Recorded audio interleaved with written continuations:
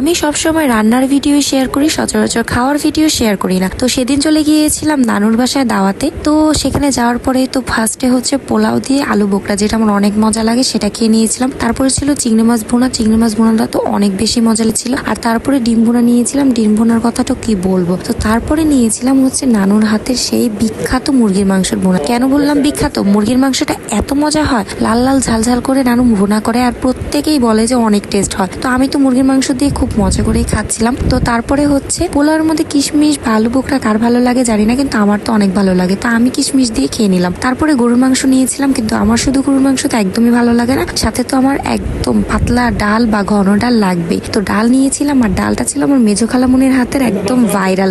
কেন ভাইরাল বললাম? মেজো খালামুনির হাতের ডাল যে একবার খেয়েছে সে সারা জীবন বলেছে ডাল অনেক মজা হয়। তো টমেটো দিয়ে, ধনেপাতা দিয়ে এই ঘন ডালের সাথে গরুর মাংস কম্বিনেশনটা জাস্ট ওয়াও। মাংসটা ছিল একদম তুলতুলে, আর সেটা তো লেবু চিপে খেতে কি যে ভালো লেগেছে, মুখের মধ্যে পুরো ব্লাস্ট করছিল ফ্লেভার গুলো। তো তারপরে আমি শেষ পাতে একটা গরুর মাংস নিয়ে লেবু চিপে খেয়ে নিলাম। আজকের ব্লগ তো এই পর্যন্তই ছিল। কে কে আমার ব্লগ দেখেন কমেন্টে জানাবেন, কার কার আমার রান্নার ভিডিও ভালো লাগে সেগুলো বলবেন।